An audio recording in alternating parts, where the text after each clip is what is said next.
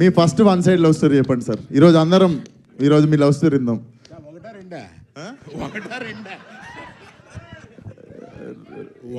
రెండోది ఇప్పటికి switch on ఉందా సార్? వన్ సైడ్ అన్న తర్వాత ఎన్నన్నా ఉంటాయి. ఇప్పుడు ఒకటేనా సార్? ఇప్పుడు ఒకటే, సారీ. పర్లేదు, నా వయసుని బట్టి అడుగుతున్నాం అనుకోవట్లాగా. అంతే కదా సార్, మనం యూత్. ఇవాళ ఏముందా, ఇవాళ లవ్ బిగిన్ అవుద్ది. 2 జనం లేని సినిమాలకి వెళ్ళి, అంటే ఎక్కువ హిట్ కానీ కార్నర్ సీట్లో కూర్చొని ఆ తర్వాత 2 షాపింగ్లకి వెళ్ళి ఇవాళ లవ్ ఓయోలో ఎండ్ అవుతుంది. అంటే ఏంటి సార్, నాకు తెలియదు. ఇంత అరుస్తున్నారంటే తెలియలేదు. అంటే ఏంట్రా?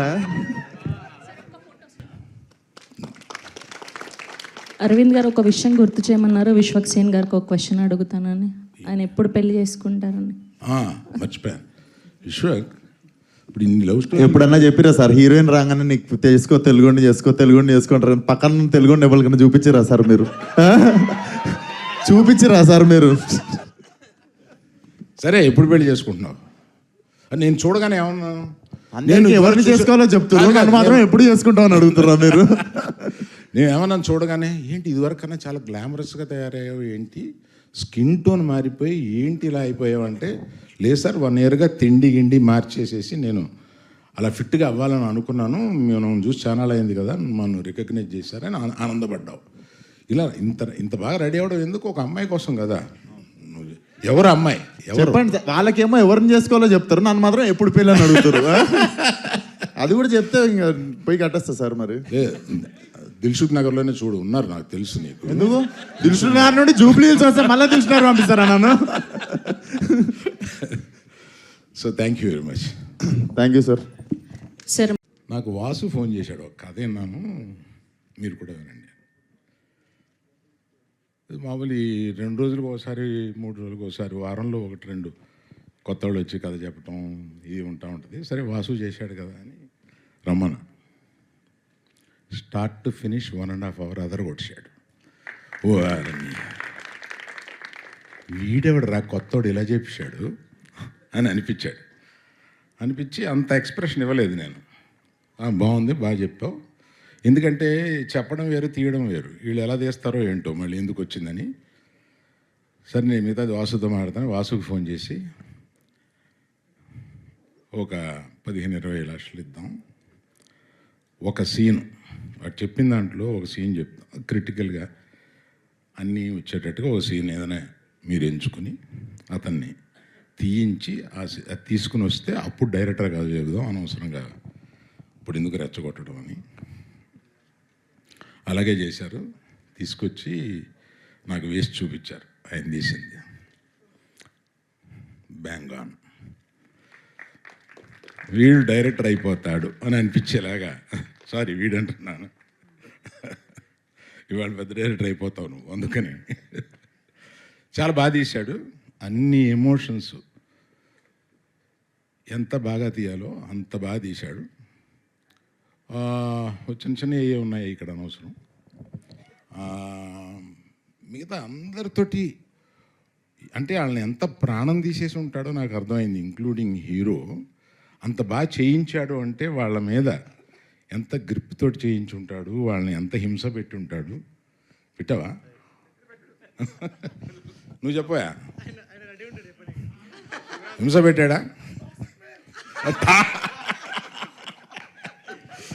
ఆ పెర్ఫార్మెన్స్ రావాలంటే ఆ మాత్రం హింస పెట్టాలి బాబు, లేకపోతే అది రాదు. నువ్వు కూడా చాలా బాగా చేసావు, అందుకని చెప్తున్నా. ఫస్ట్ హర్షిత్ మామూలు ఇలా కనపడుతున్నాడు, సినిమాలో చెంచి వదిలేశాడు.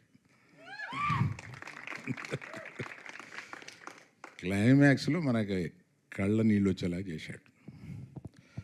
అంత బాగా, అంత మంచి యాక్టరు. నాకు అంటే హైట్ తక్కువ వాళ్ళని అమీర్ ఖాన్ అంతడు అనిపిస్తుంది. అమీర్ ఖాన్కి హైట్ ఏం పెద్ద లేదు కదా. So all the best. చాలా బాగా చేసావు. You got a long life. Vishwak, నువ్వు ఎక్కడ పెట్టావు సార్? నీకు ఎలా తెలుసు? అంటే మేము లైబ్రరీలో కలిసినాం సార్. అట్లాగా నువ్వు కూడా లైబ్రరీకి కూడా వెళ్తావా? లైబ్రరీలో ఉన్నప్పుడు కలిసిన. నేను పుస్తకం చదువుతుండే, ఆయన అక్కడ టేబుల్ మీద పుస్తకం చదువుతుండే. భలే చదువుతున్నావు ఇట్రా అని చెప్పి పిలిచి, యా నిజమేనా ఇది? లైబ్రరీనా? టేబుల్ అంటే కలవడం వరకు నిజం. అంటే బాగోదని పబ్ని లైబ్రరీ అని చెప్తున్నారేమో డౌట్ వచ్చి అడిగాను. అట్లాగా, వెరీ గుడ్. ఇది క్యూటీ పొరి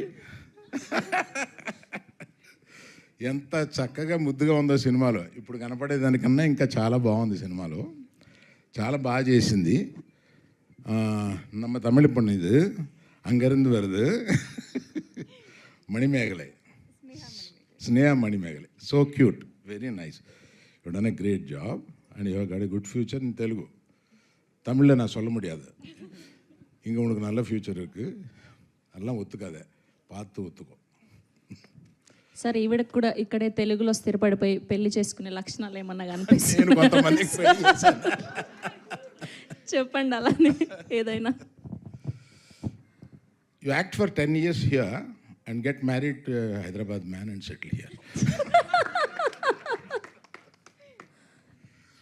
సో ఇక్కడ నాకు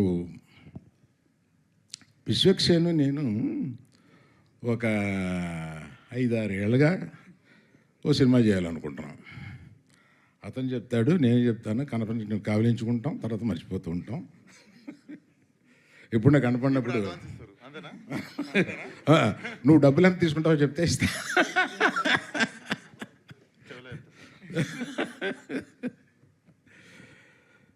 విశ్వక్సేన్ తోటి సినిమా చేయాలని ఉంటుంది, ఆ టైం రావట్లేదు, త్వరలో వస్తుంది, చేద్దాం. లేదు, ఆలస్యమైన అమృతం. రెడీ.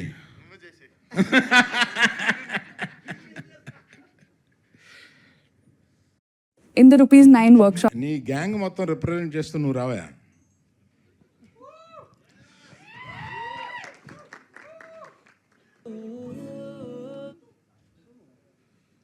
అంటే ఆ దోస్తానా నువ్వు ఆ మోటార్ బైక్ మీద వెళ్ళి వాళ్ళందరినీ కొడుతుంటే అందులో దూకి ఎంత బాగా చేసావా, అందుకని చాలా thank you so much sir. అందుకని ఆ గ్యాంగ్ మొత్తానికి రిప్రజెంట్ చేస్తూ నిన్ను ఇక్కడ చూడడానికి ఇంత డీసెంట్గా ఉన్నావు కదా, అక్కడ అచ్చు పోకి అట్లా ఉన్నావు. జస్ట్ క్యారెక్టర్ సార్, నేను నిజంగా డీసెంట్ సార్. నిజంగా క్యారెక్టర్లో నేను ఇక్కడ చూసి ఆశ్చర్యపోయాను. నేను అక్కడెక్కడో